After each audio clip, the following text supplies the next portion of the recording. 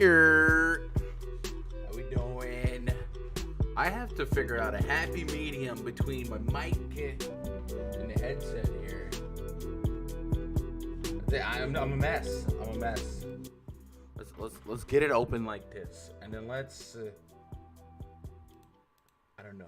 I feel like we need a little. I don't know.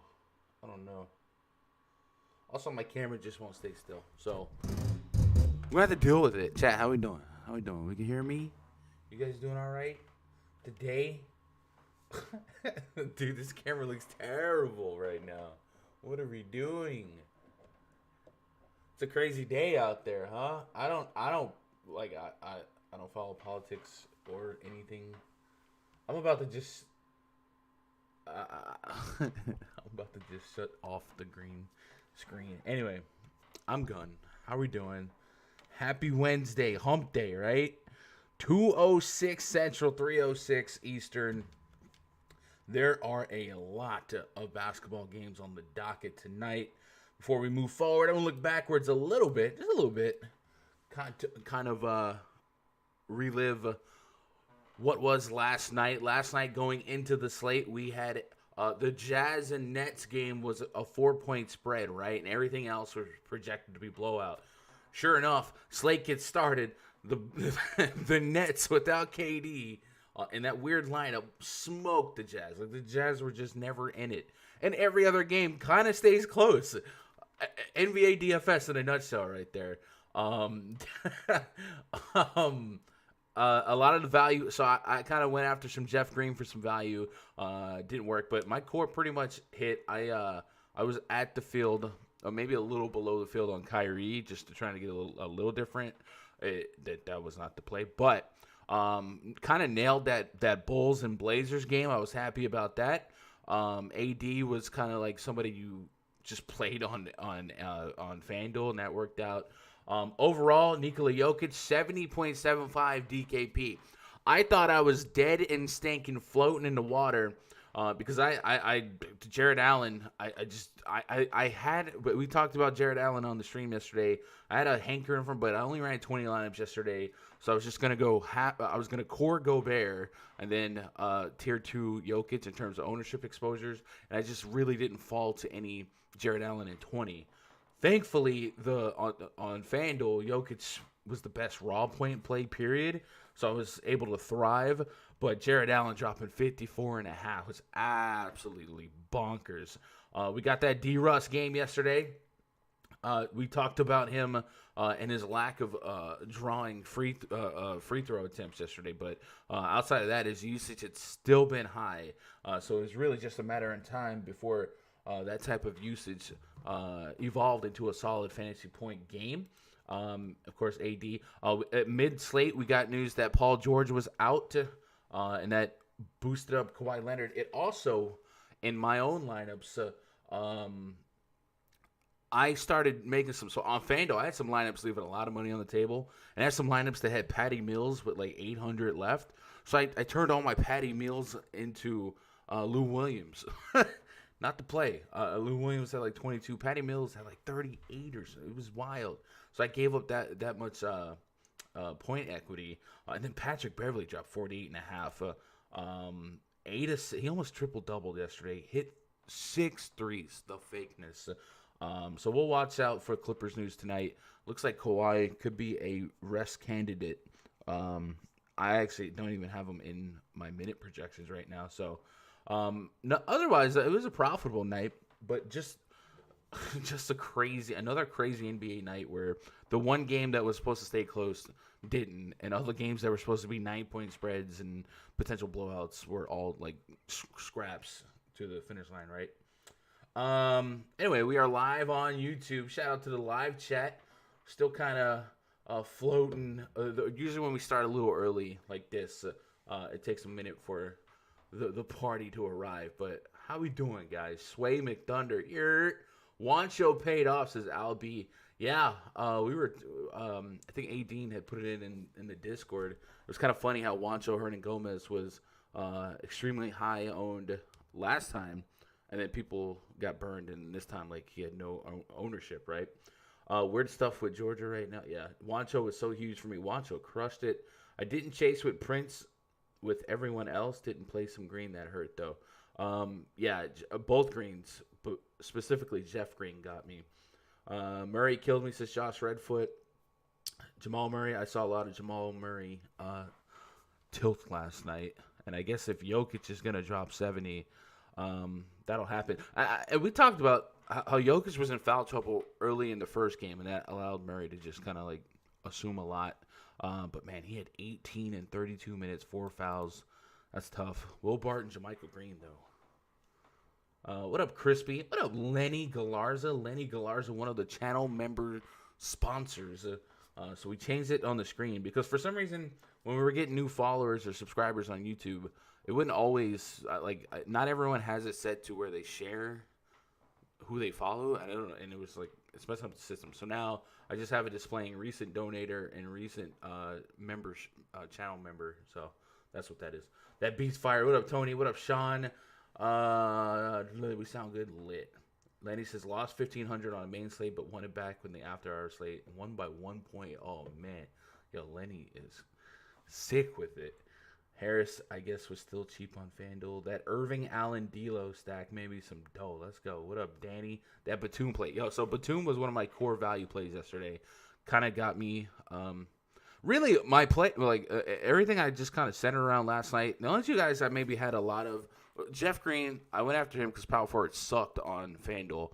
But my highest owned power forward was Nick Batum, and then it was AD. But then I had probably allowed myself to have 25-30% of Jeff Green not to play. And then I had probably maybe 20% of Mike Conley also not to play. What are you going to do? Jazz, that was tough. What a pinstripe pimp. Beverly went full fake. Yeah, he did. Jokic is doing the GOAT stuff. Yo, Jokic is on one. Literally MVP.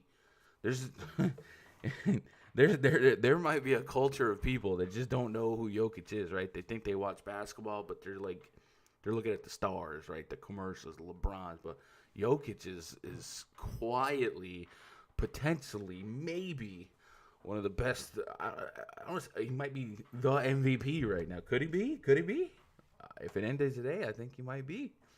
To do what he's doing is pretty dirty. You called Allen. Yeah, I thought Allen. I didn't think he would start, but I thought Allen would be one of those faster centers that could get the best of Rudy Gobert. Because Rudy Gobert, known for his defense, but it's more like a north-south, rim protector, elite defender, lanky arms to give you trouble. But if you can go left to right, you can get around him. But what are you gonna do? I just think that was a pretty, I don't want to say an anomaly game overall, but the Utah Jazz, they came out flat and they just never picked it up. So that happens. Teams will come out flat, and 5 minutes into the first quarter, what kind of night's gonna be as far as basketball goes. Chicago versus Portland game did me well. Yeah, I was hoping we get OT that game, but it worked out. Patty Mills, man. I had Patty Mills. I turned it all into Lou Will. And not that tanked me, but I think that was a difference in 18 fantasy points or something like that, right? But in retrospect, it made sense to take a stab at Pat Bev just because George was out, but I don't know. I mean, you look at it. They ran Bev, Luke Kennard, Kawhi. Like it made sense to take a stab. Like I just completely never even considered Patrick Beverley. That's on me. That's on me. No more Bojan. Bojan's a very, very high range outcome, volatile player. Guys, I may not have a co-host today. I think Jake said he might take the day off, and Raj, I don't know what Raj is doing. So we might have to listen to me blibber blabber about some basketball. That sounds terrible. Can Pat Bev pay off his price tonight? So if it seems likely that Kawhi Leonard will be rested, and then it seems like it's at least a possibility that Paul George misses. So maybe, but Pat Bev hitting 6 threes is not normally the Pat Bev game. Like Pat Bev's usually, if you tell me almost triple double, I believe that, right? Backdoor to the 10 points, rebounds. He can get scrappy with the boards and assists. Maybe the steals for sure. But man, 6 threes, that's pretty nutty. That's pretty nutty. But what are you gonna do? What are you gonna do? So we got a lot of basketball tonight. Throughout the duration of this stream, we'll be using the RunDFS.com VIP spreadsheet. I forgot to put Vegas totals in the spreadsheet. What am I doing? What am I doing? All right, check. Give me like 5 seconds. We'll talk about the totals as we put it in there. We got the Houston Indiana game. Right now, I'm looking at a 224 with a 2-point spread in favor of Indy. I saw Christian Wood had a Q tag on him. We got Orlando hosting the Cavs. 5.5-point spread in favor of the Magic. We've got the Sixers, 234.5 with a 6.5-point spread in favor of the Philadelphia 76ers over the Washington Wizards. Atlanta Hawks are hosting the Charlotte Hornets, 6-point spread over a 230 total. Kind of digging that on the surface. Can't wait for LaMelo to tilt me one way or the other. 218 total for Boston and Miami, 3.5-point spread in favor of the home team Miami Heat. We got the New York Knicks hosting the Utah Jazz on night 2 of a back-to-back. I think I saw last night that the Jazz had to play something stupid, like 5 games in 6 days or some ridiculous number. Maybe one of you guys can corroborate that for me, but that seems crazy. But back-to-back in the Big Apple. New Orleans hosting OKC. New Orleans an 8-point favorite. We got Milwaukee and Detroit. Blake Griffin might actually play this one. Milwaukee and Detroit have played last week with the Scrub Squad, and Detroit kind of kept it closer than a lot of people expected. Watch Blake be back, kind of open the windows of the spread again. 219 total for the Toronto-Phoenix game, and Phoenix favored by 3. Starting to get some love from their defense. They've been handling their business. Golden State Warriors are hosting the Clippers. Night 2 of back-to-back. 229 total. 1.5-point spread in favor. 1.5? It dropped from 5 to 1.5. So I got to believe Vegas thinks Kawhi and PG could be out here. Because Golden State being, oof. Sacramento, 229.5 total. 7-point spread in favor of Sac. All right, now we got Vegas totals in the spreadsheet. So if you guys are RunDFS.com VIP members, maybe while the stream's on in the background, everything's updated for you. The spreadsheet's updated, the player projections updated, the team metrics, and the DVP tabs all ready to go. So jump on in, man. Find them fire plays. All right, let me get the chat back up, right? Wood went through shoot around for what it's worth. All right, cool. Pepe caught me off guard. That's always a tough click. It really is. But, I mean, like, even before the slate started, like, if I had more time to think about Patrick Beverley, I probably wouldn't have played him anyway. Like, that's one of those I'm not going to be overly results-orientated. Pre-flop, like, I was on point guards last night. Obviously, Kyrie was going to take up a lot of one spot. And then, I liked Dame Lillard a lot. There's plenty of options out there. So I don't know how bullish I would have gotten to Patrick Beverley. Maybe if Lou Williams was listed as a shooting guard or something like where, maybe should be, maybe I would have started turning the wheels on turning my Patty Mills into Patrick Beverley, but my brain never got there. I was really just more worried about Paul George because I had Paul George exposures in my run, and I essentially just global swapped Paul George into C.J. McCollum. Really didn't have any other move there. So what are you gonna do? Let me look at the Discord one last time. I'm guessing this is a solo pod. Looks like it. Nick Richards' health protocol ruled out. Guys, Nick Richards is not playing tonight. And Reggie Perry is questionable for Thursday. You hate to see it. That's tough. All right. Let's go. Let's do it. Me and you, chat. Let's go.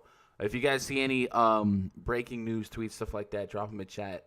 I will do my best to kind of keep an eye on that. Also, I want to say I do live in an apartment complex. I got a notice on my door yesterday that said that they would be doing routine, pest spray and smoke alarm checks.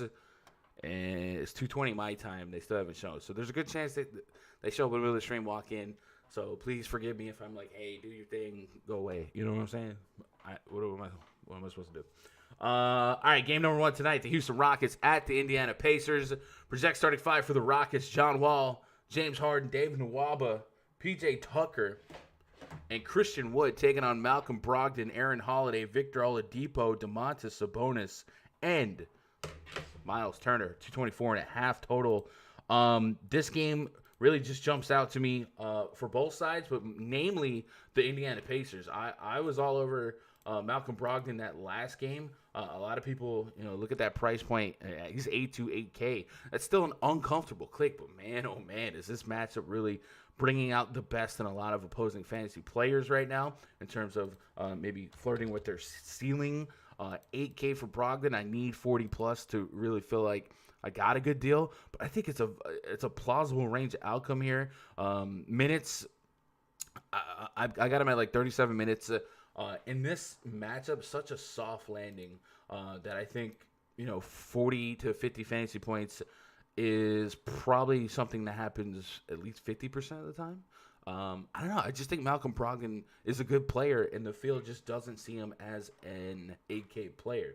But we have just seen a plethora of success from the guard position against the Rockets. I love what the peripherals that Malcolm Brogdon is able to get. You see some decent rebound games. If we go to the index portal, Malcolm Brogdon, 6+ assists, a couple of rebounds here. Like last game, he had a lot of more rebounds, but steals, 1.7 steals per game.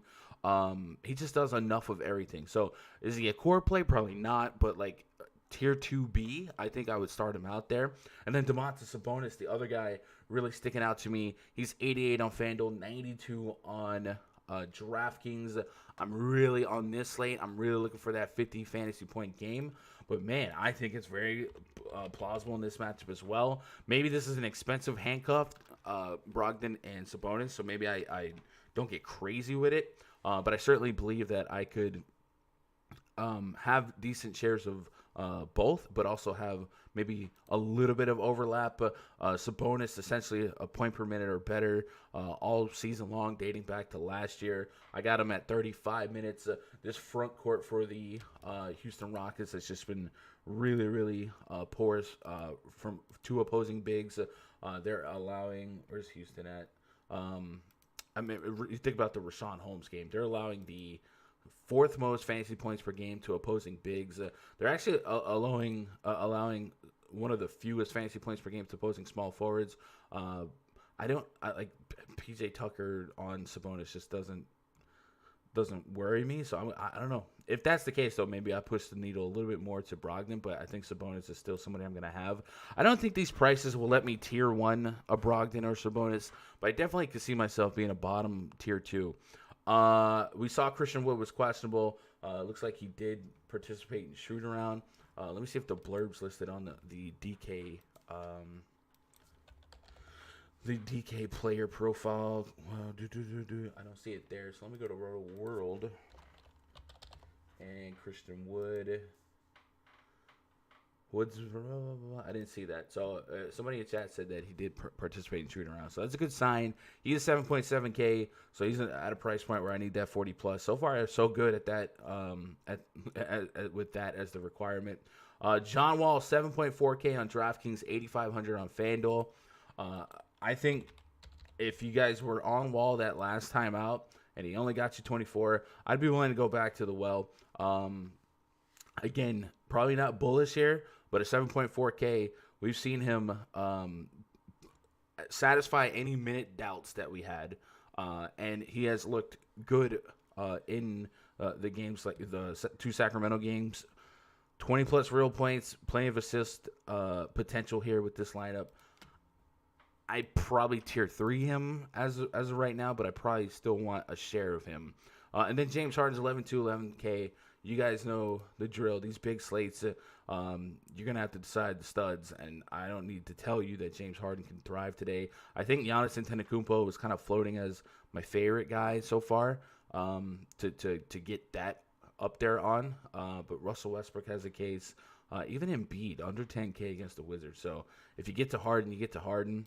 But if you don't, you don't. 38 minutes his last 2 games, 45, 55. I think it would be lazy to say that he's not going to have a ceiling with John Wall and DeMarcus Cousins, but I understand why people would come to that decision. So I'm not going to force the issue on Harden, but if he falls, he falls. And 100, 150 lineups absolutely would have to have exposure to him, right? What do you guys got on this game? Wood went to shoot around. Oh, okay. Houston's playing well versus power forward. Yeah, maybe PJ Tucker's locking him up. DVP, I don't think it is important in NBA way. I would agree with that. Like, I do think DVP. I think DVP has a purpose to get you like sniffing around the right spots, but it certainly isn't all end all be all, and it's very flaky. Like, you have to put context to a lot of it, right? If I look at, so for instance, we just talked about the DVP for Houston. So if I go pull up Sabonis, and what I want to know is the last couple power forwards, like why is Houston locking up? If I look at the last 5 power forwards against Houston, we got Maxi Kleber, an uninvolved guy. Marvin Bagley dropped 25-26 point per minute. Marvin Bagley 16-26. Paul Millsap and Robert Covington. So those are not Domantas Sabonis guys. The same with last night. The Utah Jazz were number 1 team so far at restricting fantasy points to opposing point guards. And Kyrie Irving said, hey. So absolutely grain of salt, especially on a short sample size this early into a season. But it is something to note that so far it's been not the place, but I'm fine with taking shots on Sabonis. He's just a different breed, and I just don't think Tucker matches up that well with him. If you did think he did, maybe you take a couple of back pocket shots on Turner. I think on DraftKings, Turner kind of looks more interesting at his price point than his FanDuel price point at over 7K. But Miles Turner, 28, 24, 35, 34. I mean, this pace, we have seen some centers really show up and show out. And it is encouraging to see Miles Turner, scoring double-digit real points in every game so far.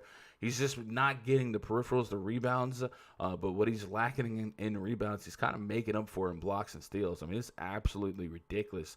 3, 1, 1, 4 steal. Like, his defensive metrics right now with the blocks and steals are absolutely insane. So if he can put together one of these stat lines with the points and the steals and the blocks, and then maybe fall into a 8 rebound game, get that double-double, he's going to have a monster game sooner or later. Just 23 minutes in that New Orleans game, fouled out in those 23 minutes. So he was well on his way to being, 35, 40 fantasy point type of guy. And so far, centers against the Rockets have been a thing. So I would say Miles Turner looks like he checks all the boxes for single entry tournaments. I'd definitely have a dab of him because 6'3", he certainly has 40-plus fantasy point potential in this spot, in this matchup. And his game log just screams like he's begging to break out. I'll also say, high steals and high block guys, those can turn into fouls. And 6 fouls in 20 minutes is evident of that. And he's going against guys like, James Harden, elite at drawing fouls. Christian Wood's a little bit more active So there's going to be some volatility for that, but I like the thought of 6,300 Miles Turner in this matchup. So I'll definitely have some.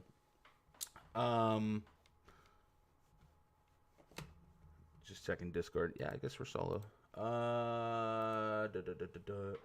Oubre. Anyone interested in Oubre? Hey, man. Oladipo's been getting pretty good peripherals. I think the Pacers, just like the starters, are stackable in the sense that we can paint 34 minutes probably on all of them, maybe a little less for Turner. But without TJ Warren, the starting rotation for these guys is pretty easy to kind of nail down. With Brogdon, Depot, Sabonis, I actually have all these guys at 34 or more minutes.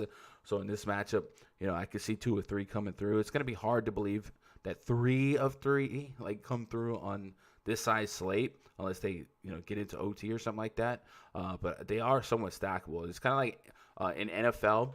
I like teams where I have a higher predictive value on who's going to be involved in what. So I know if the Pacers had a high scoring game, there's probably 4 culprits, right? I'm not thinking Keelan Martin or somebody like that came in and went off. There's teams that have that wild card factor, but Pacers really aren't one of them, right? Is Chronic sad about Dre? Oh, okay. I'm not sure if that's racist. Let's move on to the next game. What? Everyone's sad. Cavaliers at the Orlando Magic. Project starting 5 for the Cavs. Colin Sexton, Damian Dotson, Isaac Okoro, Larry Nance Jr., Andre the Giant Drummond taking on Markelle Fultz, Evan Fournier, Dwayne Bacon, Aaron Gordon, and Nikola Vucevic. We got a 214.5 total, 5.5 point spread in favor of the home team Orlando Magic.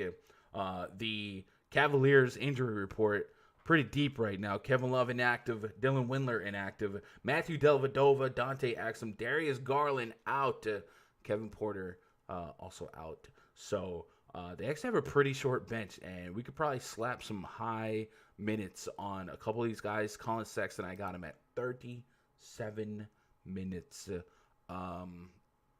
He is somebody a lot of us had hopes for in that last slate where it was his birthday and Darius Garland was out, and then right off the rip Dante Exum got injured.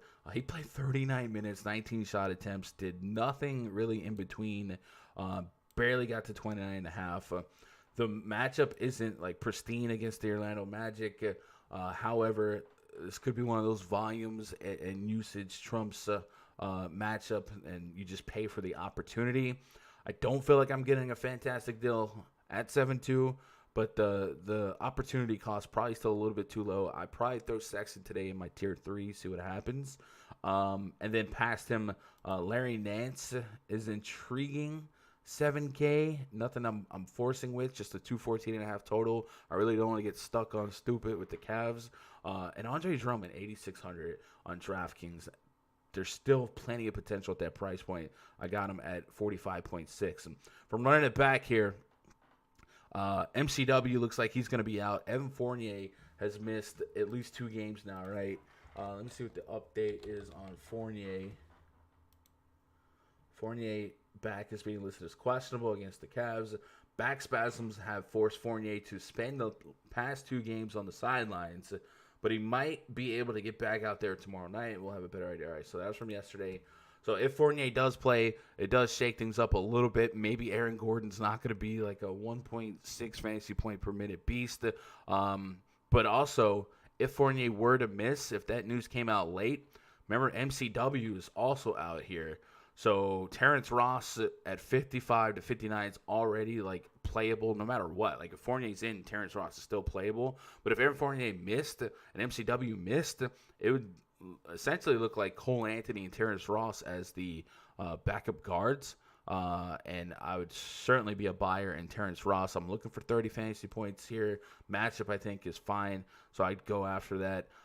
Cole Anthony, I think at 4,300 is a dart throw. Super risky value play, but maybe it gets there.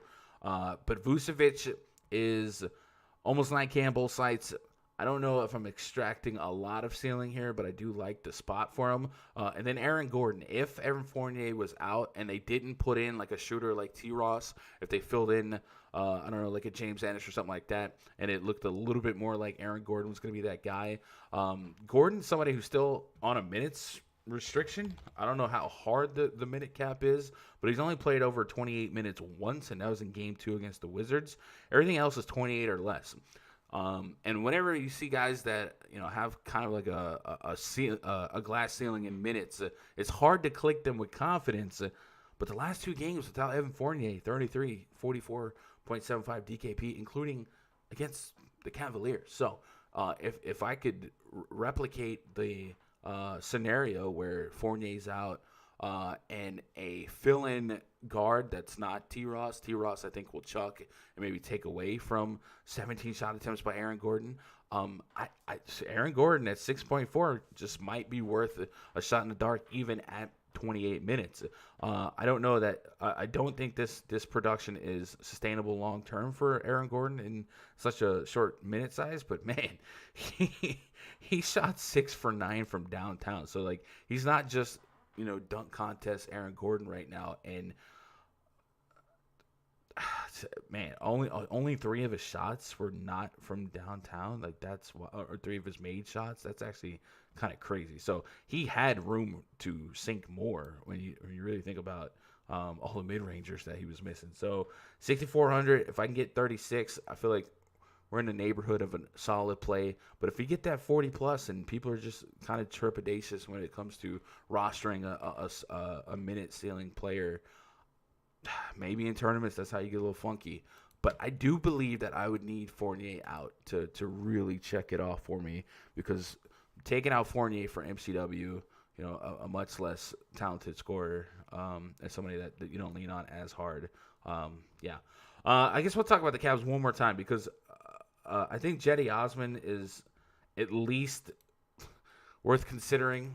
He's never a fun click, but that last game when Dante Exum got hurt, Cedi Osman essentially just came in and virtually never came out. So we'll pull up the popcorn machine on that game, kind of show you what we're talking about. Dante Exum started that game, immediately got hurt, and in came Cedi Osman. Cedi Osman played the entire first half, essentially. Like, I think he played all but 50 basketball seconds. Second half, he didn't play as much, but he still played a lot. I don't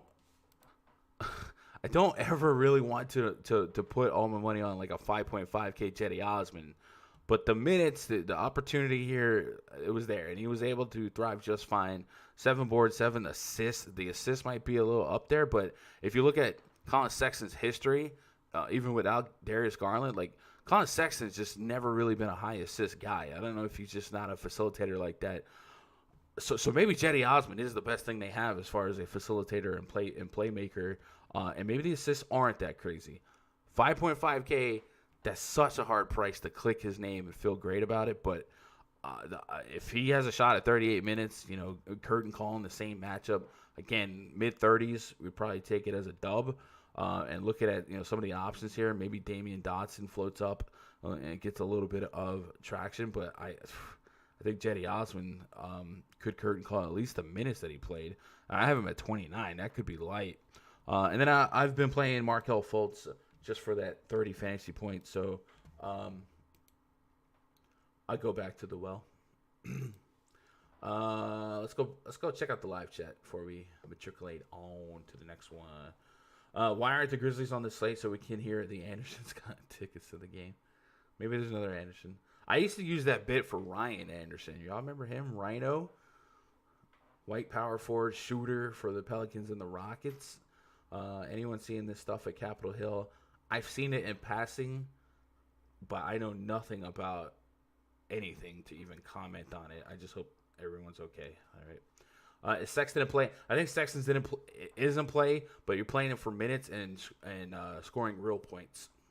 So glad I don't have to play MCW. Yeah, I don't know about that. PG and Kawhi might not play tonight. Yeah, if they don't play tonight, might run back Pat Bev. I'm almost at the Lou Will slot machine at this point. Barnes a core play again tonight, Raj. Yeah. Aaron Gordon too cheap, and now no MCW, some more shots. So MCW is not somebody that I'd consider a scorer. He was taking like double-digit shots, but I think that was like happenstance. He's just not a talented scorer. Thomas Forsythe. Yo, who wins this trade? Curry, Kawhi, and Thomas Bryant for Luka, Booker, and Ibaka. The first one. It's the first one. You're just hoping like it's just Booker and Curry, Kawhi, and Thomas Bryant have a higher floor, I think, for season long. Gordon missed his last 4 shots too. Could have 50. Absolutely. Don't do Jetty. Don't chase. I don't want to, but 38 minutes of opportunity. It's a lot of minutes. Today, Westbrook, Embiid, and Beal with the Houston and Indiana stack. I can dig that, Bryant. I can. What's a gundacker? What do you mean? Or you mean what's up? Okay. Let's move on to the next game. Philadelphia 76ers hosting the Washington Wizards. Project starting 5 for the Wizards. Russell Westbrook, Bradley Beal, Denny, Big Bad Denny, Rui Hachimura, Thomas Bryant taking on Benjamin Simmons III. Seth Curry, Danny Green, Tobias Harris, and Joel Embiid. We got 234.5 total. 6.5 point spread in favor of the home team, Philadelphia 76ers. Washington Wizards so far defensively have a 114.1 rating. If we put that in the grand scheme of the NBA, that's 4th worst in the entire league. We know Westbrook's missed a pair of games. It's not helping or improving the case. Surprisingly, Denver's up there too. Denver has the 3rd highest defensive rating right now. I probably wouldn't have guessed that without looking. So Philadelphia's in a great spot to put up a lot of real points. Philadelphia right now actually has the best defensive rating in basketball. So if we compare their defensive rating with the offensive rating for Washington, Washington's at 111.6. So their offensive rating is keeping them in the fight, almost top 10. So something to keep in mind with that. We got a 6.5 point spread. The obvious plays are the obvious plays. Westbrook has moved to 10.7K on FanDuel, 10.2 on DraftKings, 10.2 still really, really low for triple-double potential. Bradley Beal is 10K on FanDuel, 9K on DraftKings. So there are some prices today on players that we get somewhat of a break. I think a shot-heavy guard like Bradley Beal is already a better DraftKings play than FanDuel play inherently with the bonuses and stuff like that, and getting taxed less for turnovers. So Bradley Beal feels like somebody I might not have any of on FanDuel, but I'd probably have a little bit on DraftKings. The rest of the lineup I'm probably not going to play. Like Thomas Bryant, 7K. I don't like the spot. I don't like the matchup. And I might just be kind of getting to playing Bryant on nights that Westbrook sits to see his rebound rate go up. So I could be really down on Wizards exposure in my run tonight. Looking at the 6 or so, I think Joel Embiid at under 10K on both sites has 50-plus fantasy point potential. And I'm okay with just taking the 5 to 6Xs from 8 to 10 to 11K guys, absorb those raw points and kind of make up the difference with some value. Embiid played the Wizards earlier this season, 34.5 minutes, dropped 52. So 52 on the nose at under 10K, pretty cheap price point. 25 minutes against Charlotte, he dang near got to 50 in a kind of lopsided affair, right? So if the Wizards can fight and keep this game close, and I think they could. Last time it was just a 5-6 point game. I think Embiid makes the cut for me at 99. I probably start him at like a tier 2. I don't think I core him just yet. I probably start him at tier 2. The other guy I want to talk about, Seth Curry, 5.2, 5.4K. Man, he has just been chugging along. A lot of solid 30 fantasy point games. Last game, 26 minutes. Simmons was going off. The game got lopsided. But look, prior to that, there was only one game in his last 6 where he didn't exceed 30 fantasy points. Earlier this season against Washington, shot just 4 for 8, only hit 1 for 5. It was a couple 3 balls away from getting to 30 fantasy points again. So he might be someone I put in my stocking stuffer tier 3 area, and where he falls, he falls. I just don't feel like he's that high of a risk play here. Really just serving a solid purpose as the shooting guard here. 9K on Ben Simmons. I think the matchup's okay. I don't feel like I'm getting a steal here. I definitely don't want to see myself having too much overlap between Simmons and Embiid. I do feel like there is a negative correlation between each ceiling game. A slightly negative correlation at least. And then Tobias Harris is almost 8K, where I need 40-plus fantasy points, and he has been consistent for his sake. But 50, what did he drop last time? 21. I really need 40-plus. But we've seen 50-plus out of him in 2 of his last 4. It seems like the minutes would be there if the game stays competitive. So, maybe he's one of the guys I put as a tier 3 as well, where he fell. I'm not really dumpster diving into either bench here. Sooner or later, Davis Bertans will hit for somebody, maybe on a showdown or something like that. 4,600, 4,800 on FanDuel and DraftKings, respectively. The minute restriction coming off, 28 minutes right now. As one of the best three-point shooters in the league, I do think there's going to be slates where he pops off, but I'm just not going to have to take that risk on a slate this big, right? Let's see what you guys got in chat on this game before we move on to the next one. Where's Raj at? I don't know where Raj is at. He likes to. I guess he kind of warned me, but it was like a kind of a douchey warning. He was like, "Yo, I may not make it. Jake, be on deck." Like Jake's like the substitute. No, it's like if you're not gonna, I like Danny. He'll be sneaky at times, hiding behind Beal and Russ. I can get with that. Chaos going on in Washington right now, and against them on the court. Narrative, bro. I need that Raj Barnes hype with price up. Seems like a game script fit for Simmons. This is a triple-double potential for him. Like, there is a world where Simmons and Embiid maybe have dueling 50s, but it seems like that's less likely without, like, overtime or something like that. But I do think the style of play fits well for both. Like, we just look at the team metrics on what Washington is doing. Washington has the third highest team pace in basketball with one of the worst defensive ratings.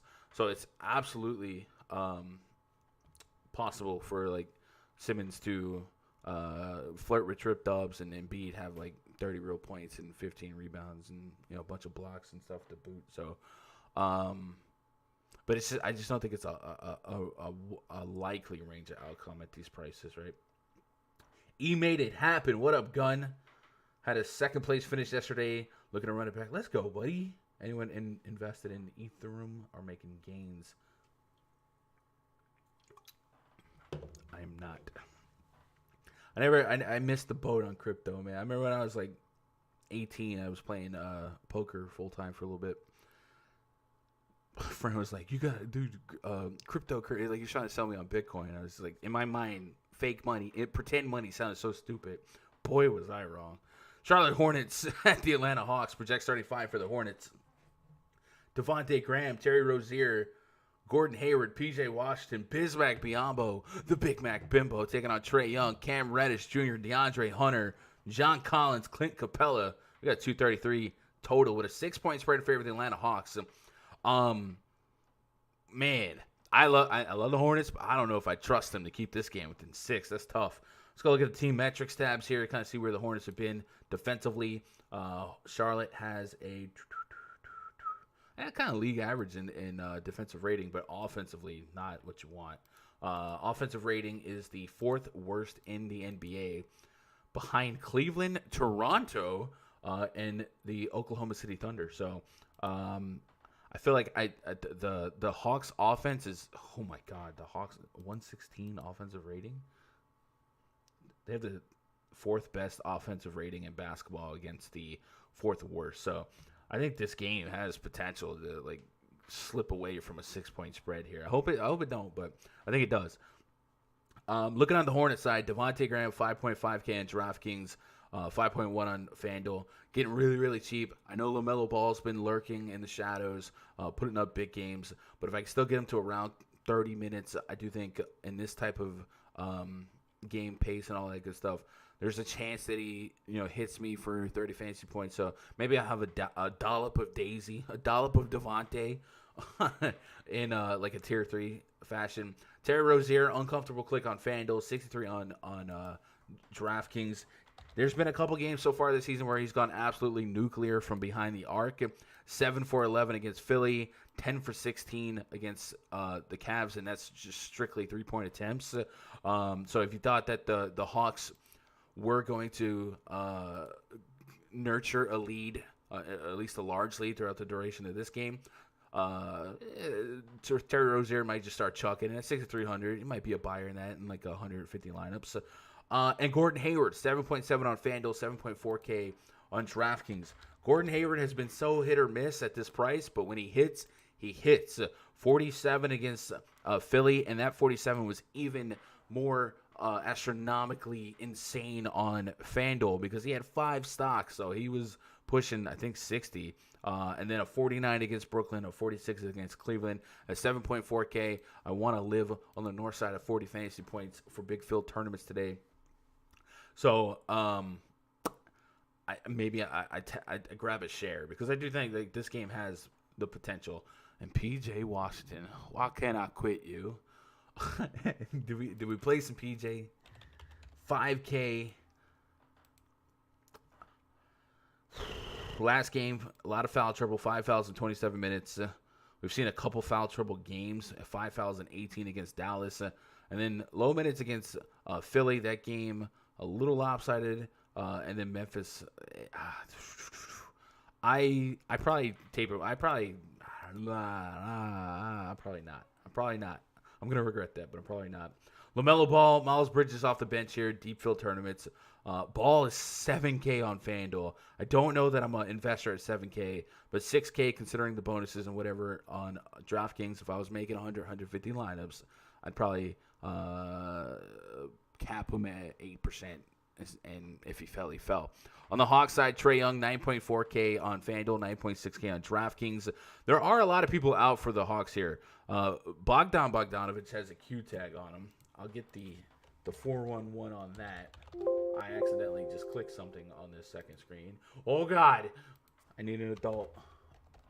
Bogdanovich is listed as he's being listed as probable now with the right ankle. All right, so he's in the mix. But we do have Rajon Rondo out, Danilo Gallinari out, Chris Dunn out. So there's at least a high responsibility for some guard minutes. Trae Young leading the pack, but Cam Reddish, even Bogdanovich off the bench. DeAndre Hunter's got a price bump. I think anyone other than Trae Young for ceiling is hard to get too far behind, but Clint Capella at 6'5", 6'7". The Hornets, I guess Biyombo's doing a decent job at rebounding, but the Hornets have been a soft spot to opposing front courts. So Capella could be one of those guys that floats his way into like a 40 fantasy point game.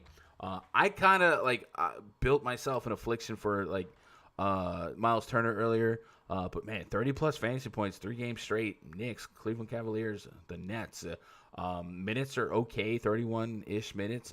At 6'7", I'm looking for maybe 36 to get me started. Do I have upside for 40? I think it's possible. I would also say that the Charlotte Hornets are turnover prone, allowing 9 steals per game, 5.6 blocks per game. So maybe that'll kind of feed into Capella a little bit more. He's already averaging over a block per game and almost a steal per game. So I'd sign up for a little bit of Capella here. And then Trae Young's obvious. Who would be the floating secondary piece here? You want to believe in John Collins. He's been uber inconsistent. But a 7K to 6.8, I feel like there's room there. Is it Hunter, Reddish? Reddish and Hunter both averaging double-digit real points per game. Reddish also averaging 1.3 steals per game. Might take advantage of the turnover proneness of the Hornets here. And then maybe even off the bench, we're looking at Bogdanovich. We put him at 26 to 30 minutes. Right? None of these guys are giving us warm and fuzzies, but I think they're worth considering if we're really putting a comb through the slate, right? What do you guys got on this one? Chat. Hunter had been steady. Yeah, he was a lot cheaper too, though. He was like 4K for a while, and you just played it. Louis, do we stack Collins and Capella on a slate like this? I probably wouldn't want both correlation-wise, but or you mean overlapping in the same lineup? I probably wouldn't want both. probably maybe want one or the other and assume that one of those two goes off. The price is cheap enough. If this was a shorter slate, I think you could get away with that. But so far it doesn't seem like they're coexisting for ceiling. So I probably want one or the other. Maybe set a rule where I had decrease overlap. Maybe if a game stack fell on top of each other, sure. But I probably don't want both.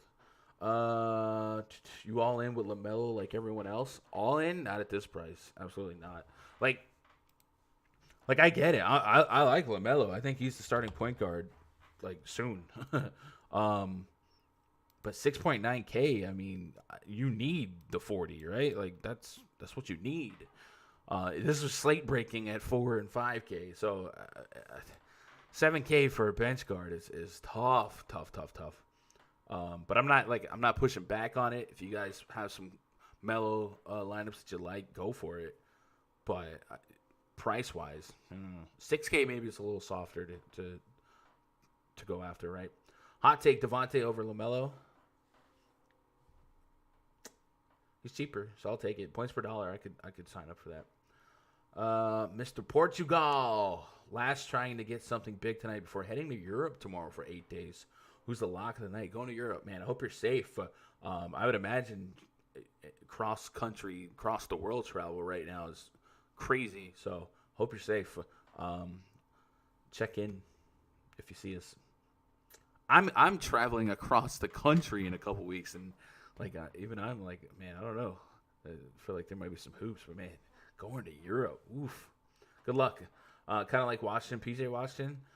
I might stuff him at the tier 3. If I'm getting to 20 lineups, I probably don't, but 50 to 100, a little bit of PJ. T3 in Washington, that's kind of what I'm thinking. Do I dare go back to Capella? I don't feel like that's been a bad thing. I think Capella's been super fine, and there's upside in a matchup like this. Biyombo is a little tougher to maybe Biyombo and Capella they kind of match up well in terms of what the archetype center that they are, right? Rim protectors, they don't get too far away from shooting jumpers or anything like that, free throws. So maybe this is a tougher matchup, but I still think for what Capella does, you're likely going to flirt with a double-double, and the Hornets are so undersized elsewhere that the blocks and steals just kind of happen. So, yeah. Why would you travel right now? Why would I travel, or why would he travel? Live your best life, man. But I'm going by car, though. I'm not taking a plane. Boston Celtics at the Miami Heat. Project starting 5 for the Celtics: Marcus Smart, Jaylen Brown, Jason Tatum, Tristan Thompson, Daniel Tice, up against Tyler Hero, Duncan Robinson, Jimmy G buckets. I want Andre Iguodala and Bam Adebayo. 218 total, 3.5 point spread in favor of the Miami Heat. So, I mean, when you think about this big slate, man, this game just seems like a grindy, defensive, low-scoring game. And sometimes that gets me in trouble because sometimes it's those defensive slugfest that put up some fantasy points, and you're just like, man, I slept on it. What are you going to do? Celtics have Jeff T. questionable, Marcus Smart questionable, so I think it's worth vetting the Celtics injury report. Obviously, Kemba's out. Jeff Teague's listed as questionable with a left ankle. Even if he's cleared to play tomorrow night, Peyton Pritchard remains the preferable fantasy target. Marcus Smart, thumb, questionable. Marcus Smart sat out Monday's game with it being the second of a back-to-back and him having some pain in his surgically repaired right thumb. But Brad Stevens implied that his absence from that game was largely precautionary. We should get another update. So it sounds like Marcus Smart could play. So if Marcus Smart's back in the mix, I mean, Jaylen Brown, Jason Tatum, I mean, that's the debate here, right? Matchup's not pristine. These guys have been just alternating 50-pluses. I think I just keep going my own separate way here and hope this matchup and I can avoid a slate breaker at these price points. That's just me personally. I completely understand if you think that Brown and Tatum, it just seemed like night in, night out. One of them is winning a tournament. On the Miami Heat side, Bam Adebayo, 8.6, 8.5K. do I have ceilings here? Like, do I have 11-game NBA DFS ceilings where 45 is nice, but do I have 50-plus potential here in my cap myself? Jimmy Butler is really cheap on DraftKings at 7.3K. Like, I'm really considering him just because I do want to target him in a tighter game. Man, do we play some Jimmy? 32, 11, 20. Yikes. A couple lopsided games though. A low scoring game against Dallas. 0 for 6. Yikes. I think I'm off of this game completely. If I just look at every game on the slate, all these 220s, these 230s, I just X this game out of the opto. If I die, I die, right? Kelly Olynyk drew some ownership last slate, went bananas. 5K, 4-4. Are we curtain calling that? Probably not. I don't know, chat. Am I sleeping on this game? Or are you guys higher on this game than I am? Because I could just see myself not having a single bit of exposure to this one.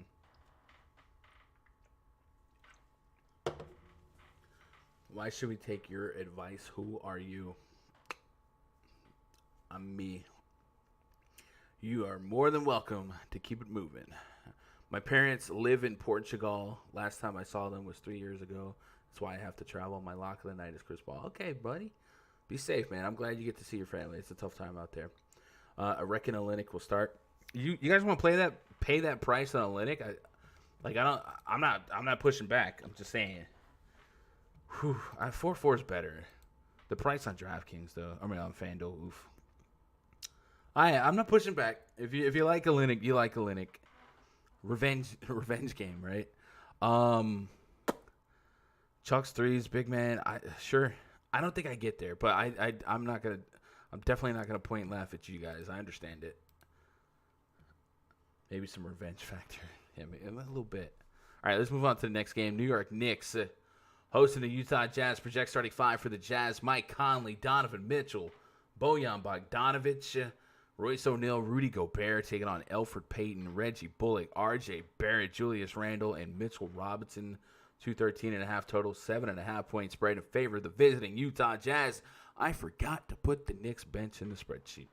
What are you going to do? Utah Jazz, night 2 for back-to-back. Absolutely got embarrassed last night by the Brooklyn Nets without Kevin Durant starting a guy like Bruce Brown, switching up the lineup quite a bit. It worked. Utah Jazz probably let that one sitting in.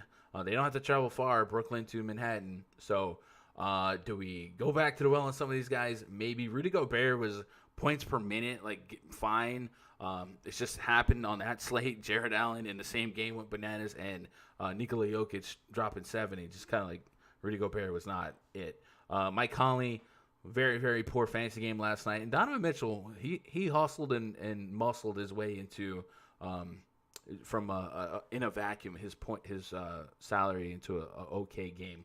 Another really, really low total. Vegas giving Utah some respect with a 7.5 point spread. I don't think I'm pushing the issue here with Jazz players in my lineups tonight. The guy that I have been playing from the Knicks is Julius Randle. For a while, he was 8K on the nose, basically, on FanDuel. They moved him up to 9K, 9,500. I still think with his involvement, his usage in minutes, I still will probably want to be an investor, have a little piece. I probably put him down closer to tier 3-ish, but the type of involvement that he has, filling up the stat sheet. I mean, this guy's 3 assists per game from averaging a triple-double right now. I just feel like that's one of those minutes and volume Trump matchup type of things. And I don't expect him to replicate what Jared Allen did yesterday. It's a little different, but 9K, I don't think I'm out just yet. I think I still have to have some shares, but I don't tier 1 him. And RJ Barrett, 6,500 on FanDuel, 7K on DraftKings. I wrote him down for 40 minutes, and I cross-referenced that with some like other minute projection sources. And RJ Barrett is playing entire basketball games right now, maybe 44, 42 minutes. And again, that's just opportunity that you just take a gamble on in multi-entry. So RJ Barrett, Julius Randle, slight exposure for me. Not as excited to play anyone else here. You could always make a case for Elfrid Payton. Very volatile player. It's going to work sometimes. It's not going to work sometimes. It seems like there's never a middle ground, right? He never just gives you 25, 28 where, all right, didn't kill me. It's just like killing you or triple-double, right? So give me a little bit of Randall. Give me a little bit of Barrett. And Jazz. You guys touching Jazz here? Is this the hot stove? Not chasing them points. All right. Donovan Mitchell bounce back, says Jamil. You like that? You like that? 7.8K. This is a price to pay for Mitchell here. But 20-plus shot attempts last night. Really 20-plus shot attempts in a game, a normal game, is likely. He just doesn't hit at a high clip, like under 50% most of the time. And then when it comes from shooting threes, like it's all over the place. So if you 7.8K, I probably want to start at 45-plus to make noise in tournaments. It's possible. It's possible. Do you play sportsbook? You mean like the FanDuel DraftKings sportsbook? I don't, because in the state of Texas, so far that's not been opened up yet. But I do use sportsbook. Like I bet, but not on FanDuel and DraftKings. Like Kelly O on FanDuel, that's cheap. On FanDuel, you like a Linux price on FanDuel? 5K? You think that's cheap for Kelly Olynyk? I don't know, man. I don't. At that point, like, he's just hitting value if you're lucky, right? Just quickly, minutes continue to increase. Naturally, you would think so. I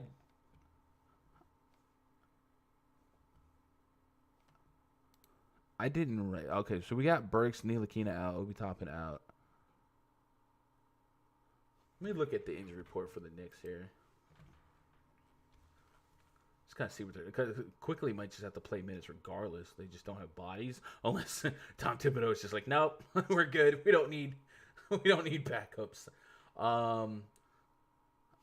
Let me put some names in here. So we might have 15 minutes of Austin Rivers. We have some Emmanuel Quickly. Dennis Smith Jr. is probable, right? So he's going to be potentially in the mix. Kevin Knox.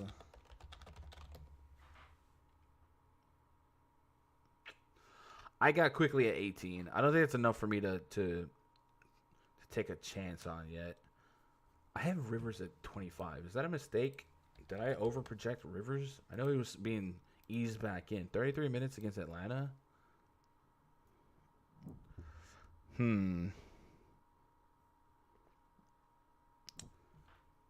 That's a lot of minutes for 3.6K and take a shot on. I might. Yeah, I don't got Quickly at anything crazy, but naturally I think his minutes should progress, right? Who do you like for DK Cash in the 7K price range? I am probably halfway through the game right now, but like if you're looking at 7K players from what we've talked about so far,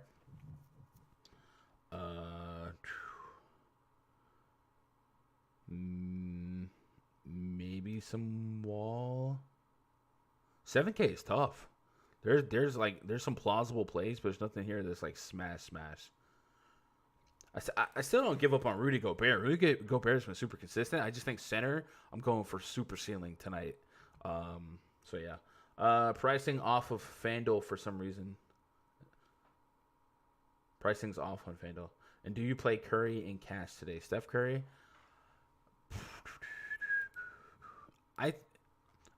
So that moved to a 1-point spread.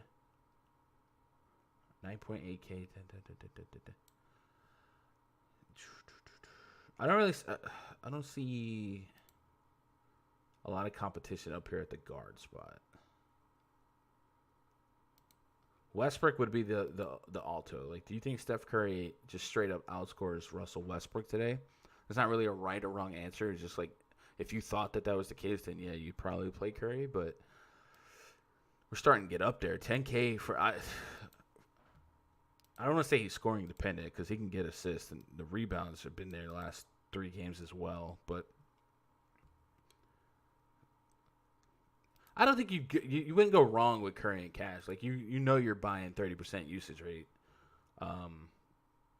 Let me revisit that. Let me talk some other games here. I'll revisit that. Let's move on to the next game here. Oklahoma City Thunder at the New Orleans Pelicans. Projects 35 for the Thunder. SGA, George Hill, Lou Dort, Darius Baisley, Al Horford up against Lonzo Ball, Eric Bledsoe, Brandon Ingram, Zion Williamson, and Stone Cold Steven Adams. 213.5 total. 8-point spread in favor of the home team, New Orleans Pelicans.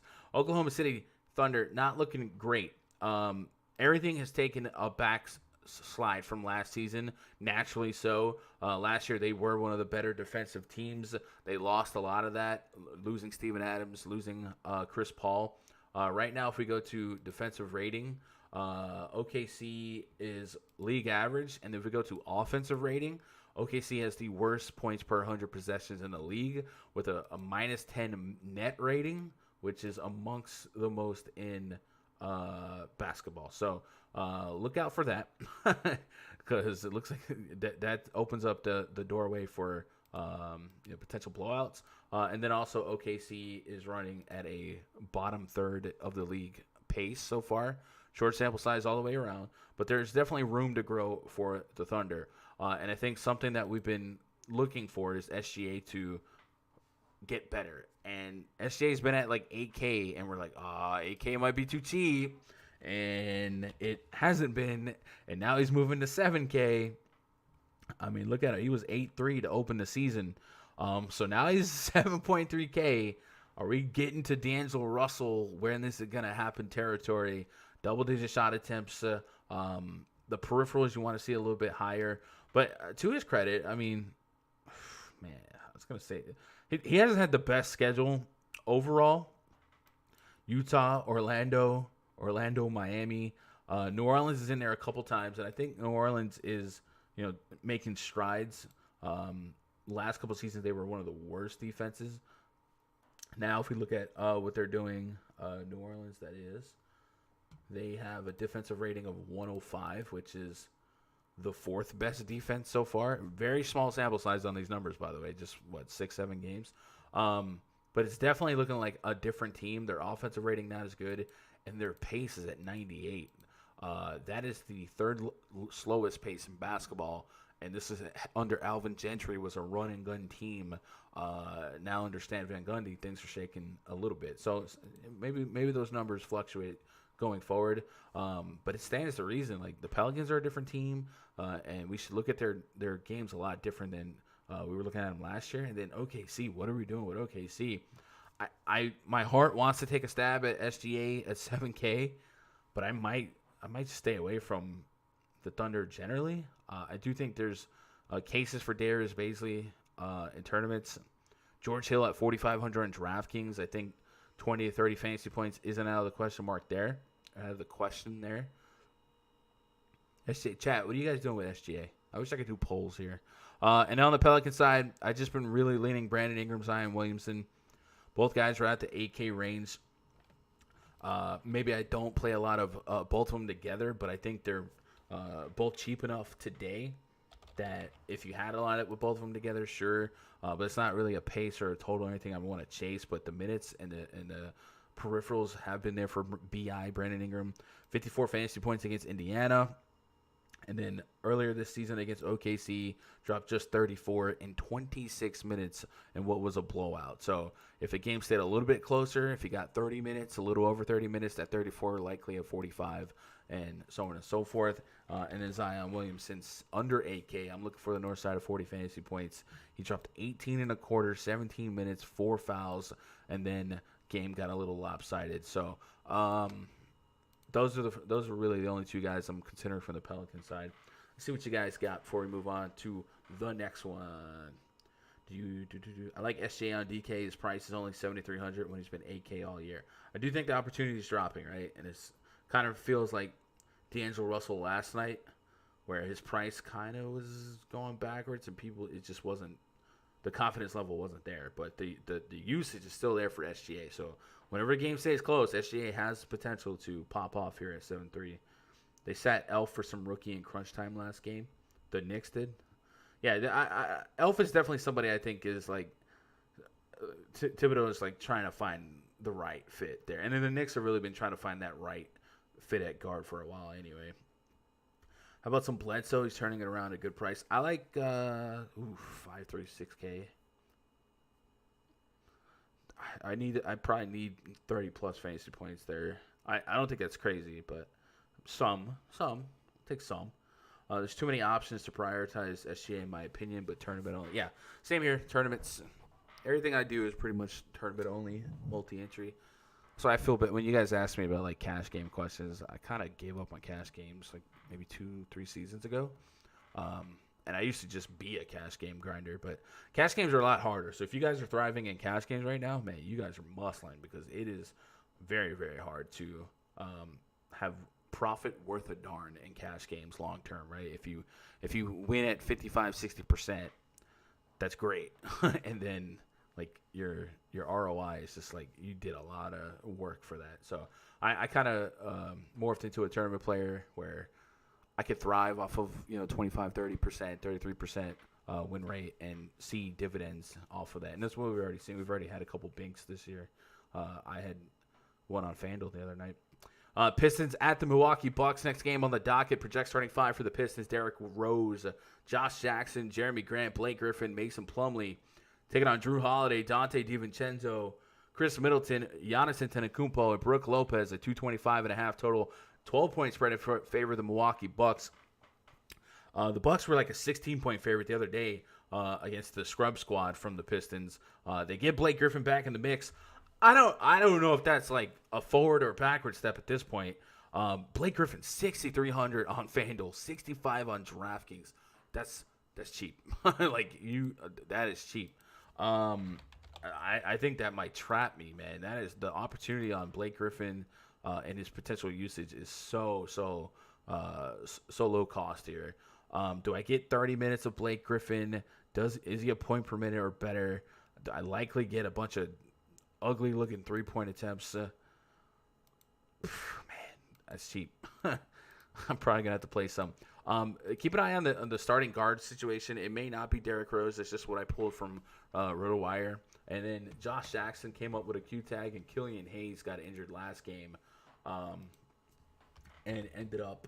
It looks like he's going to miss some time. So Josh Jackson, Q tag over there in Detroit, being listed as questionable with an ankle. Dwayne Casey said on Monday that there was a decent chance Jackson would be able to get back out there for Wednesday's game. We'll have a better idea on his status based on his activity level at tomorrow's shoot-around. If he is cleared to return, Wayne Ellington would likely head back to the second unit. So I'm really curious to see if Derrick Rose would be the guy that starts at the point guard position here. They still have DeLon Wright, but they seem like they didn't want to use DeLon Wright until like Killian Hayes got hurt. I guess technically they have Frank Jackson, but I guess like Derrick Rose is the de facto, like he's the guy I would want if I wanted to put a fight up in this game. Derrick Rose, 25 minutes last time out. Is he on a unspoken cap? 33 against Cleveland. I think that Cleveland game was that OT game or double OT game.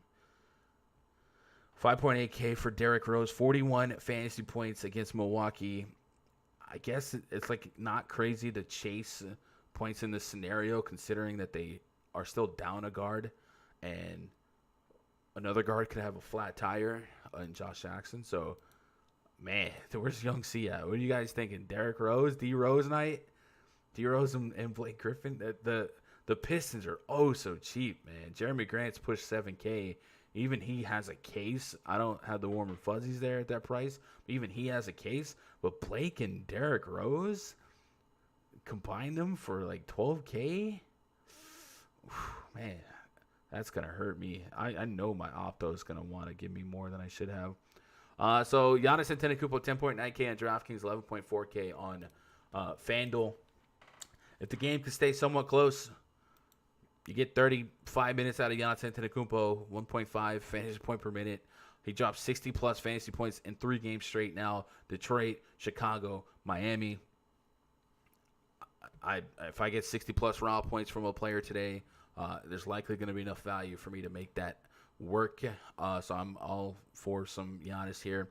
Supplementary plays like Chris Middleton, I'm a little less eager to play, but I certainly concede that Middleton could be a 40-plus fantasy point guy. And then Drew Holiday is at least interesting, but at 7K, I'm really stretching the levels of comfort. But I do think he's at least on FanDuel, a guy that can really stack some stocks. 2 steals a game right now is what he's averaging. Look at these steals per game for the Bucks. 2 for Drew, 1.7 for Dante DiVincenzo, 1.3 for Middleton, 1.8 for Giannis Antetokounmpo. It's actually dirty. I would assume they're leading the league in steals per game off of that alone. Steals per game. No, they're third behind Indiana and Cleveland. Go figure. So, chat, is Giannis your preferred stud here, or are we going to pinch some pennies, get a little bit cheaper on a Curry, Westbrook, Embiid, guys like that? 'Cause with Giannis, I think the disclaimer anytime we consider playing Giannis is like, is it 4 quarters? Is it going to be a blowout? Man, I don't know. 28 to 32 minutes might still give me 60 fantasy points here, and you would think Blake and D-Rose, or at least Blake being added, would help them fight a little bit harder, and they put up a fight for 4 quarters last game. The scrub squads did, so I don't know. Knowing my luck, this will be like Sadiq Bey flop lag, and I'll just be hating life. To the Peyton Pritchard saga. What do you guys got here? How about some blend? Okay, well, I've seen that. James Wiseman or Nick Batum. If we get Kawhi and Paul George out again, I might just be on Nick Batum this season. He helped me out last night. Rest not on injury report Wednesday. Kawhi. That might be some secret squirrel stuff going on later. We'll see. Griffin's breaking the slate tonight. Don't Chris and Griffin have beef? Yeah, Blake Griffin and really the Bucks have some beef. Last year, there was a sequence where Blake Griffin was really just trolling Giannis Antetokounmpo, and he came down hard on Giannis. And then Chris Middleton kind of just jumped in there trying to intercept the fight for Giannis, and it got thick, and they have a running feud going on. That's why when Blake was out for load management against the Bucks last game, it kind of felt like he was ducking. But what are you going to do? Mason Plumlee's also kind of cheap for someone to give me 30 in this pace. I think I prefer Embiid. I kind of wish you there, Daniel. I played SGA 1, 2, and the third time wasn't the charm. Was a nightmare. Don't know what to do now. It depends on how many lineups you're running. I don't know if if I ran single entry or whatever, SGA is probably not in that, you know what I'm saying? If I ran 20, there's still a case that maybe I don't have SGA. Like, I want my most confident plays that's checking off all the process boxes. Because you can easily look at the metrics in that Thunder and Pelicans game. Like, yeah, Thunder's offense sucks. The pace in this game is a lot slower than what people think it is. So there's a chance, he's just a 40. Even if he got 40 fantasy points at 7K, fine. Everyone if you played him, cool. If you faded him, you still have a pathway to success. It's just when he really breaks one off is where I want to be on him. And I don't know if this is a spot where I want him. Like that Thunder team's looking bad. But man, they have 670 picks in the first round next year, so they should be all right. Give or take 590. Next game on the docket, Raptors and the Phoenix Suns. Project starting 5 for the Raptors: Kyle Lowry, Fred VanVleet, OG Anunoby, Pascal Siakam, Aaron Baines taking on Chris Paul, Devin Booker, Mikal Bridges, Jay Crowder, and DeAndre Ayton.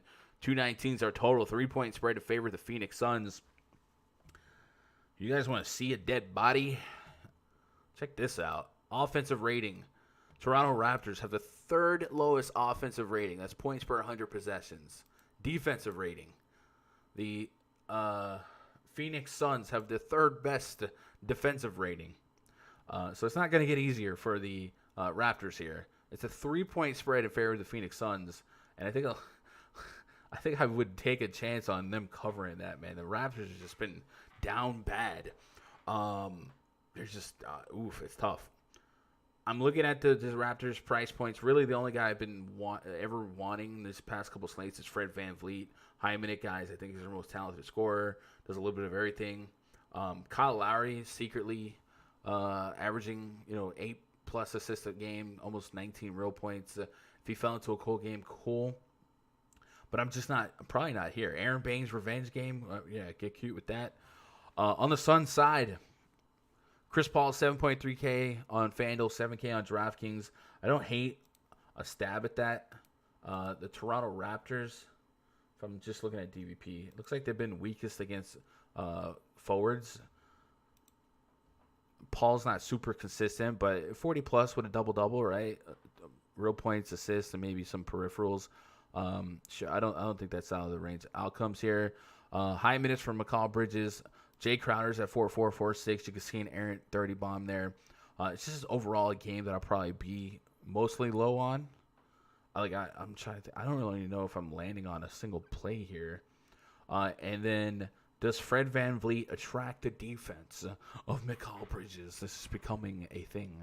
Probably, I don't know. This game it's uninspiring to me. So I did see some love for Chris Paul in the chat earlier. I don't mind that.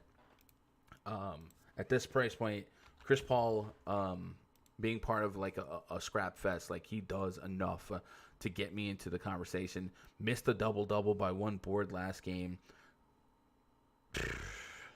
He really hasn't done much at 7K. He hasn't one great game at 7K, but if I can get north side of 40, we're in the ballpark. I just think I might be just super down on this game. And that's fine. 11 game slates, I need a couple of X's out, and I'll focus on the 230s. And I just don't trust the Raptors here. They're down bad. The Suns are looking like a really, really good defense. The Raptors rebounding is just horrible. I mean, I know you remove in the last couple of years losing Kawhi, losing Marc Gasol, losing Serge Ibaka. Like, I know naturally there's a regression, but my goodness, that Siakam contract though. I prefer Booker to CP3. Like Devin Booker here, 7'6", 7'9". He's another guy I haven't been playing. I like Siakam and VanVleet. I wouldn't push back on it. Like, I think it's fair to like those two. I think VanVleet kind of sticks out more just because of what he does. But even then, just like, man, the Suns defense has been pretty strapped up. And their pace, they run a really, really slow pace as well. So that's been the formula of teams I stay away from, right? Phoenix Suns have the slowest pace in basketball through the first, 7 games or so. Slowest pace in basketball with the third best defensive rating. Like, that's so gross. I probably avoid it. If you can play a person for the 9 p.m. games for DraftKings, who would you play? Looking at the 9 p.m. games. Do you mean 9? So you probably mean 10 Eastern or 9? Either way, the last 3 games, it's easily going to be out of this Clippers and Golden State game. There's Curry, and there might be some shakes with the Clippers pending the Kawhi and Paul George situation. Yeah, I think there's plenty of meat in the last 2 games. Like, absolutely. Let's move on to the next game: Los Angeles Clippers at the Golden State Warriors. I don't know why my hat is just like swallowing my eyeballs. I look like the dude from Friday. Hey, no more locked doors. It's like my head's just like swallowing my head. Clippers project starting 5: Patrick Beverley, Luke Kennard, Paul George, maybe Nicholas Batum, Serge Ibaka. Give me a minute on that one. Up against Steph Curry, Andrew Wiggins, Kelly Oubre, Draymond Green, James Wiseman. We had a 229 total, 1.5 point spread in favor of the Clippers. So what we're waiting on here is some concrete information on Kawhi Leonard's status. He's a rest candidate from a back-to-back. And then Paul George did not play last night. And that might have just been like them preparing for like a, Kawhi sitting this night out and they're just staggering maybe. Now the total's at 228.5, a 2-point spread. So that's, I got a hook that moved since I put that. So I don't know. Let me, chat, was there any tweets about Kawhi or Paul George while I've been on the air? Let me refresh. Kawhi. See, is Paul George's right ankle soreness questionable? The hope here is that George was held out of Tuesday's game so he could be ready for tonight. The questionable tag is all we have to work with, so we'll have to wait until closer to tip-off for clarification. Assuming Kawhi Leonard gets the night off to rest, George will offer monster upside. I haven't seen anything other than that. And I'll double-check with the Discord. Kawhi Leonard not on injury report. Well, that's fun.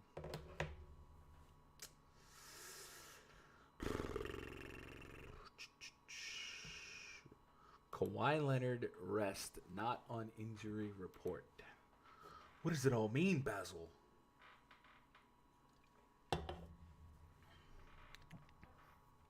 Yeah, I mean, if you're being rested, it doesn't mean like you're not always. I don't know. It could just be an oversight on injury report. I think that is a TV game though. That's tough. I feel like one or the other will play. So if they have to get double duty out of Kawhi here, then go for it. But this might be a situation we don't have news until later on the slate. So we probably have to brace ourselves, prepare ourselves for swaps, understanding the usage fluctuation if a Kawhi was in, a Paul George was out, and vice versa, or if both of them were out. So maybe just play with those ideas. You guys already know. Paul George is out, Kawhi. If Kawhi is out, play Paul George. But if they're both out, maybe Lou Will finally comes through. He is still cheap on both sides, 4K, 4,400. Absolutely, right now, this very moment, if we knew that both those guys are out, Lou Will probably be the highest owned player on the slate. He's 4,400, 21 minutes last night, 15 real points. Didn't do much to like inspire greatness, but I would assume that that would change if other stuff changed. And then Nick Batum, FanDuel, 4,400. I might be right back at the well. Obviously, he'll get a boost if one or both of Kawhi or Paul George are out. But the minutes are there for him. The peripherals are there. And last night we got 20 real points. 20 real points might be a little anomalic ceiling return on investment there. But I think at 4-4 on FanDuel, he does enough of the busy work peripherals. And if I got 10 to 15 real points, he'd be a solid stock of stuff. He got us 40 last night. I'd live at almost 60% of that and feel happy, right? That Clipper and Warriors game is on ESPN. Yeah. I mean, I don't know if that's... I don't know. I don't want to over-speculate. George didn't get added to the report till late yesterday. I plan on Leonard resting. Yeah, George seemed like he was legitimately injured because the initial report was to see how he felt during shoot-arounds, and he ended up not playing. Usually if you get downgraded midday to questionable, it's a real thing, and...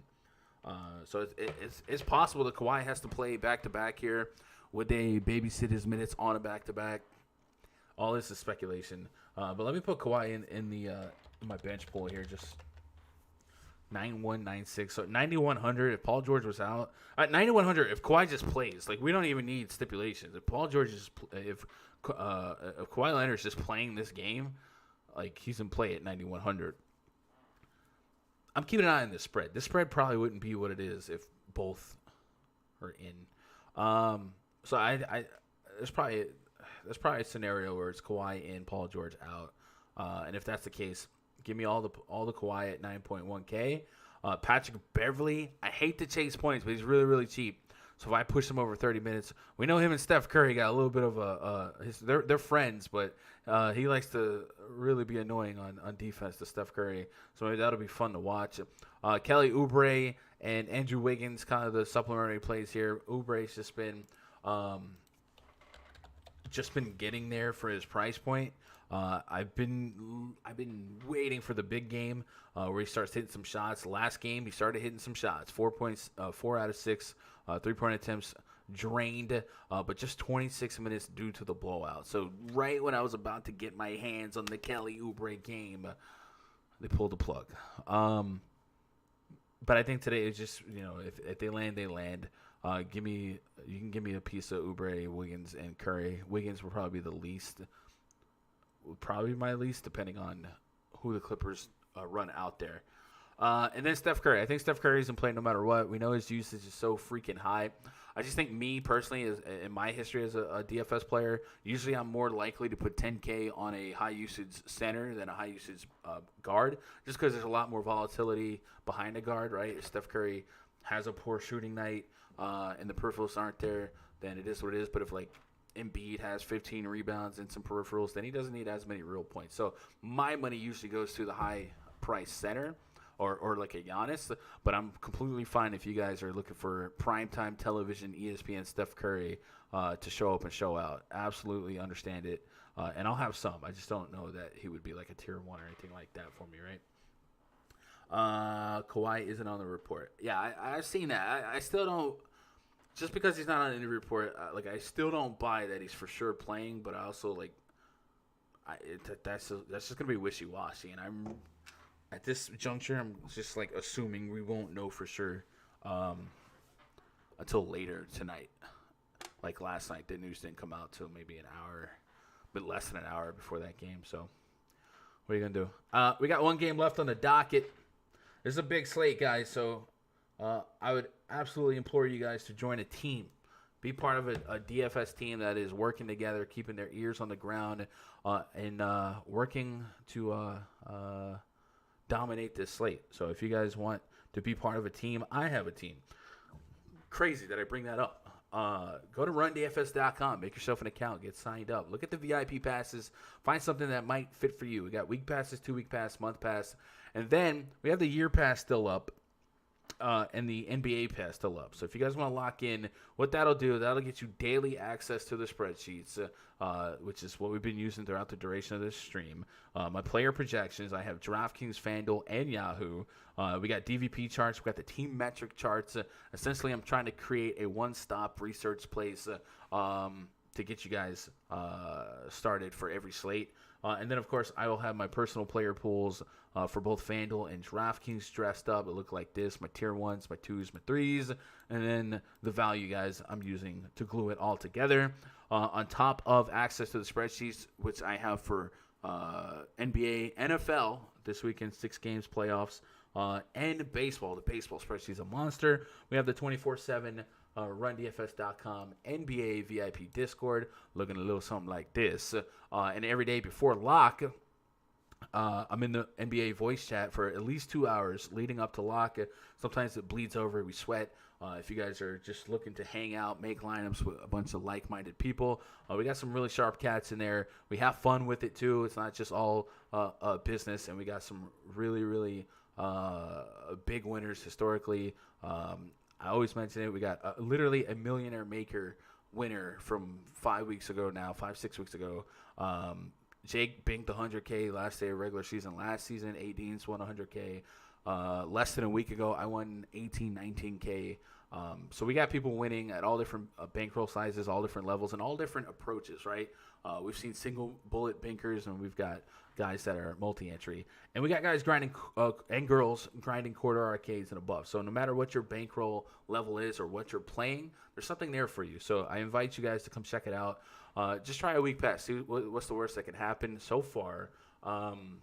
So far, so good. We've had a bunch of new members through the community in the last week or two, and everybody seems like they're enjoying their stay here, and it's really something that has become part of my daily process for years now. So go check that out. It's a great way to support the stream, support the site. This has been one of our lower live view streams. Maybe the people want rods. Maybe me talking to myself is not it. But those of you that are here, I do appreciate it. If you want to really show some love, hit that thumbs up button. And double check to see if you are subscribed. And then we can get back into our regularly scheduled DFS breakdown. I'll catch up on chat before we do that, though.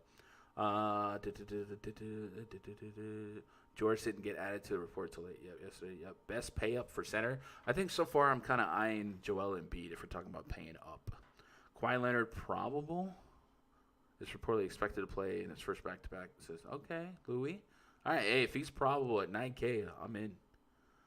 Working from home, good show right here. I appreciate you, Marv. I'm working from home too, baby. Chicago Bulls at the Sacramento Kings. Last game on the docket.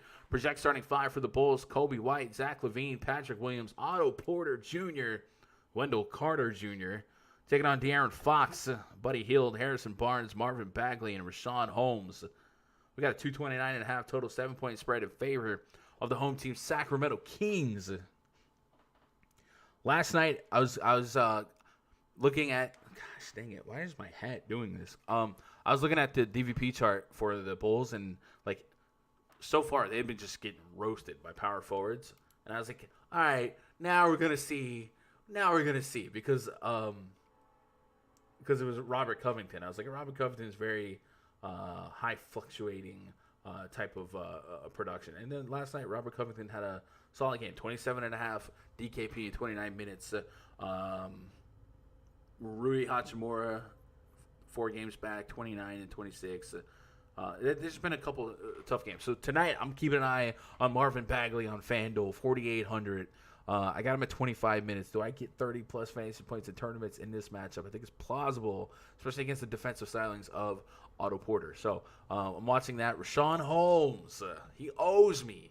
He owes me for the other night. Like, absolutely. Him and Buddy Hield were part of my core, and my goodness, it did not go well. 5 fouls in 19 minutes, 9.25 fantasy points. I need him to reparate for that night.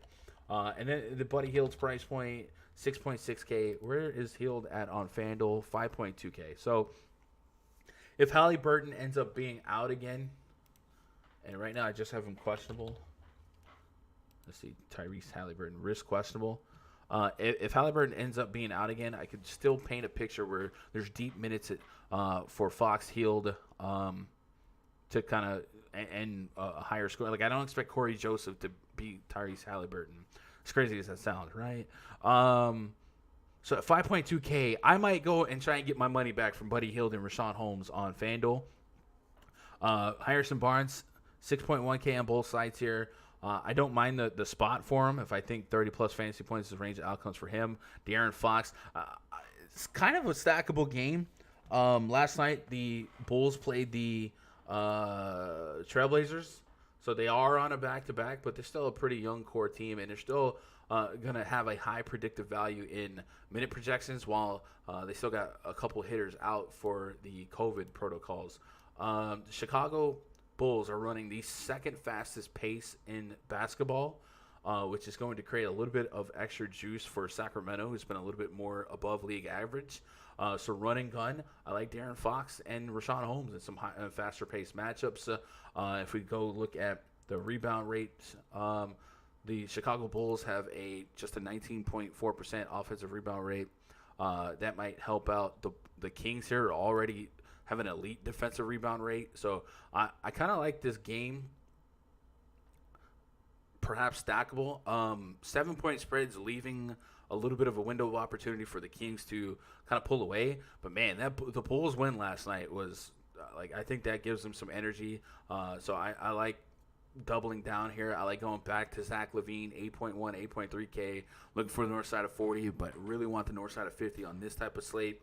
Otto Porter was still a high ownership play on FanDuel last night, but the slate was a lot smaller. 5.6K, though. I'm still buying 28 minutes for the last 2 games, 30-plus fantasy points. I think that's solid return on investment. I think if we give ourselves a solid floor of a shot at 30 fantasy points at that price point, I'm still in it, and I still think against the Kings he could kind of build off of that a little bit more. So I kind of like this game. Just overall, I think I'm here on a game stack. And I'd probably run more 2v2s than 3v3s. Like, give me Fox Hill or Fox Holmes, maybe even Barnes versus Levine White or Levine Porter. Like, I think there's enough names in here that I can get to. I probably don't full send a 3v3 game stack unless it's like purposely out of 100, 150 lineups. I'm hoping that game goes for like double, triple overtime to end the night. But I like a lot of the prices and the spots in this game. 7-point spread here, huh? Sacramento, you getting down like that? What's the defensive rating for Sacramento? Sacramento has a bottom 10 defensive rating. So that was one of the catalysts in me thinking that the Bulls could hang close with the Trailblazers, because the Blazers had the second worst defensive rating. So I thought that the Bulls could hang in there, and they did, and they won the game. So doesn't look like their defense is enough for me to be too scared of the Chicago Bulls. But this NBA season has seen a historic rise in blowouts. I think we're tied for most blowouts in the first couple weeks of the season. So hopefully that settles down a little bit, because it is taking some of the fun out of sweating these games when they get so lopsided, you know. Chat, what do you guys got here? Where are we at? 343? we still managed to get the stream going at a decent time. So I definitely know it's a little less entertaining to listen to one person instead of like a conversation. But I appreciate those of you guys that did spend your Wednesday afternoon with me. I definitely am looking to. Let's go home. A. Dean, gas money for picking me up in Iowa.